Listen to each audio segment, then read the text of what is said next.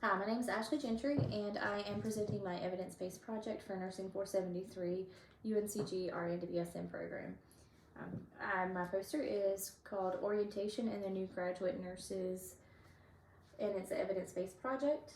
And I did meet with my mentor, and we determined the background for our problem is that many new graduate nurses do not have confidence in their practice. And unfortunately, they only have clinical experience from their school, not a lot of real life experience in the facility, and that they might get burnt out if there is not enough support for these new nurses. They might get overwhelmed and disheartened as well. So our PICO question, or our problem, is what is the effect of orientation on new graduate nurses and their confidence levels with orientation and or precepting exposure compared to the new graduate nurse's confidence level before this orientation or precepting?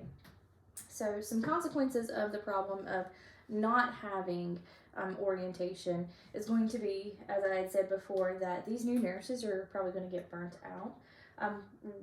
Without the proper orientation, these new nurses are not going to be able to handle the flow of the particular unit. And new graduate nurses might have just increased levels of chronic stress just without that proper training and support system as well.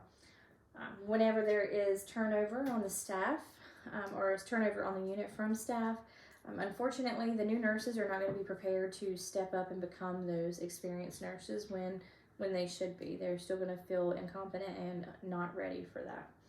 And also, sometimes units are short-staffed and they are being pushed into positions too early, but hopefully with the correct training, we might not have a need for those higher short staffs or those higher turnover rates because the unit will be melded together a little bit better. There will be better support, hopefully. Some significance of this problem is that a confident nurse and a passionate new nurse can help improve the morale of the unit and prevent burnout in these new and older nurses, because the older nurses are not carrying all the weight. They have some support from these new graduate nurses because they're confident, and they're confident about the practice, about taking care of patients. And of course, the one thing that we're all concerned about is going to be patient safety. Patient safety is going to be better whenever you have nurses that feel comfortable taking care of their patients. So on the literature review, we did review 5 articles.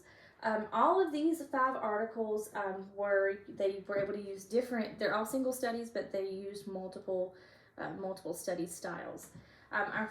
All of these articles are a level 3 evidence level because they are all qualitative articles. They're not really exploring brand new information. We're just delving a little bit deeper into information about precepting in this new graduate nurse position.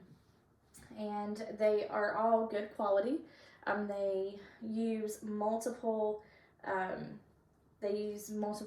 types of study, as in they use reliable resources as a Casey Fink graduate nurse scale. That's a reliable source or a reliable survey. There were multiple facilities, multiple countries in all of these studies, and often the results, not in all of the studies, but between the studies, there are multiple countries and multiple facilities, and the results were all compared to previous literature that was published on a new graduate nurse. The credibility from all of these sources is good because there is no funding from anybody that would be benefiting from results of any of these studies. The studies are, they used focus groups, cross-sectional studies, the phenomenographic analysis, which is where you have qualitative data and they are looking for a shared experience among multiple people. And then also they use thematic analysis, which is also qualitative data that they look at, and they are looking for a common theme among all of this information that comes in. We did find that this study does apply. All of these studies do apply to our PICO question because they are showing how support from an organization can help these new graduate nurses grow. organizations that are able to use this information show that the nurses are more confident and they're confident as well. My particular hospital that I work at is a Novant facility. We do use a residency program, and we have definitely noticed a huge difference among our new graduate nurses. The residency program that we do have typically will last 4 rotations. Sometimes you do have the options to opt out after your 2nd rotation, but the new graduate nurses get to meet with their own advisor. They also get to meet with their other cohorts of the program and get to communicate to each other about their particular experiences. I will say one improvement that could be made is going to be if they could probably focus on slower learners a little bit better. I do know I come from a critical care unit, and it's a very fast-paced environment, and unfortunately slow learners are not they're not really supported in that particular unit. So if we could develop something for that, that would be great. I do have some graphics here. The first graphic does go over some barriers to a successful transition of this new graduate nurse, which is going to be one big barrier is going to be that the new graduate nurse is afraid of practicing. Even though they went to school for this, it's still a real fear for all of us. And also some organizational factors is throwing those new graduate nurses into positions they're not ready for, throwing too much of a workload on these new graduate nurses, and not really having great support from their organization. Some facilitators for growth for this new graduate nurse would be self-confidence. It helps these new graduate nurses build upon what they know. If they're confident in what they're doing and they feel that they have adequate support, they're going to practice that way. Other things like from the organization is going to be interactions with their colleagues, good interaction, supportive interaction. Also, these phase transition programs are wonderful for these new graduate nurses. Our figure 2, and both of these do come from our first study from Kim and Shin, 2020. Figure 2 goes over some of the most difficult skills for nurses to first do. The first one's going to be, the most concerning one is going to be a code on a real patient, which is understandable. Then beside it, you kind of had ventilator care, trach care, transfusions, but and this did kind of shock me, was the very last one, the one that they're least afraid of is going to be central line care, as in discontinuing a central line and obtaining blood samples and changing the dressing. And I would imagine that must come from just clinical experience, probably getting tested on that. The results of these studies, study 1, Kim and Shin 2020, goes over, it was a questionnaire that was given to new graduate nurses. It was given to them before and after their orientation. These orientations do consist of 6 to 12 month periods, and it wanted to go over how confident and confident these nurses felt and how they felt about their skills. It did show that residency program, preceptorship, internships, and or orientation all improved the competence and confidence of these new graduate nurses. It helped with their job satisfaction, critical thinking, and decreased levels of stress and anxiety. Experience of acute situations and integration of theory and practice, they were very important in the growth of these nurses. Decreasing this fear of nursing is very important. I did kind of go over that with the graphic a little bit. And promotion of interaction between the colleagues is very important as well. Study 2 goes over the skills which are more difficult for nurses to conquer, and it's very important to assist them during their orientation to help them overcome it, to expose them to these situations. It is recommended to create simulations of real life situations. For example, I know our facility does a mega code. Again, a code is going to be the most scary thing for a new nurse to go to. This mega code puts you in a real life situation with a mannequin that you can't hurt, that goes over real life scenarios that could really happen, and results that could come from that. Study 3 goes over this preceptor-preceptee relationship. It does state that there needs to be more investigation on this, more research on this, because sometimes the preceptor is not supported enough to teach the preceptee. Their preceptor program might not be adequate, or they might not have a preceptor program.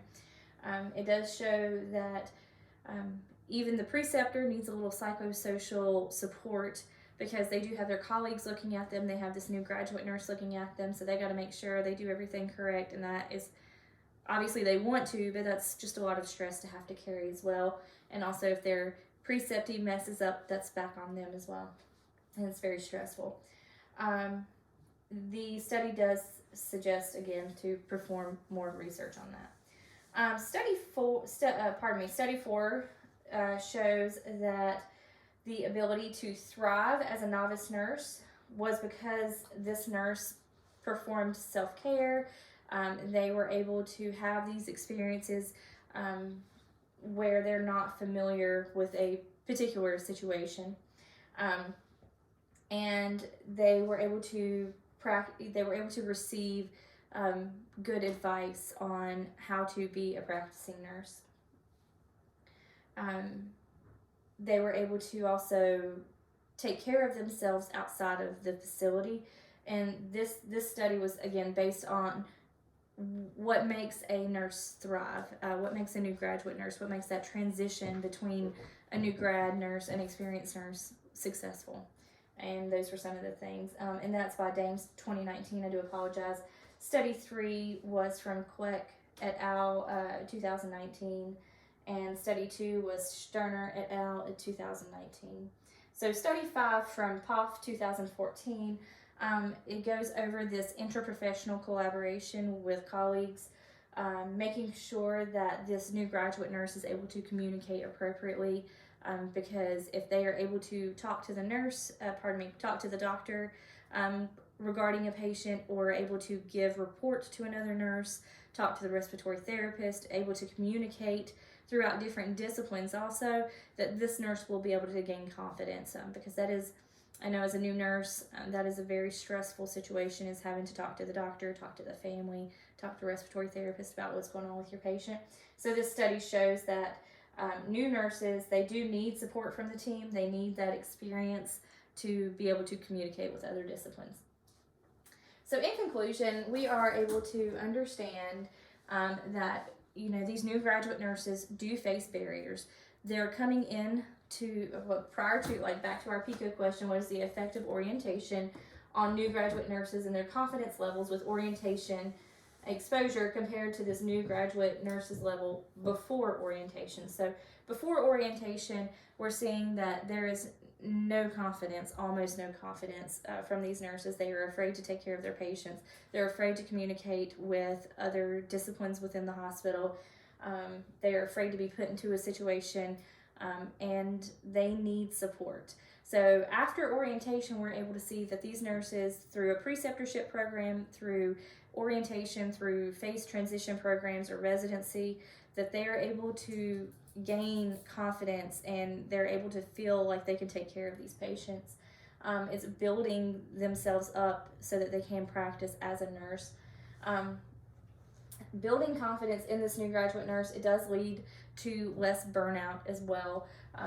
You know, and again, this burnout issue comes back to both the new graduate nurse and the experienced nurse.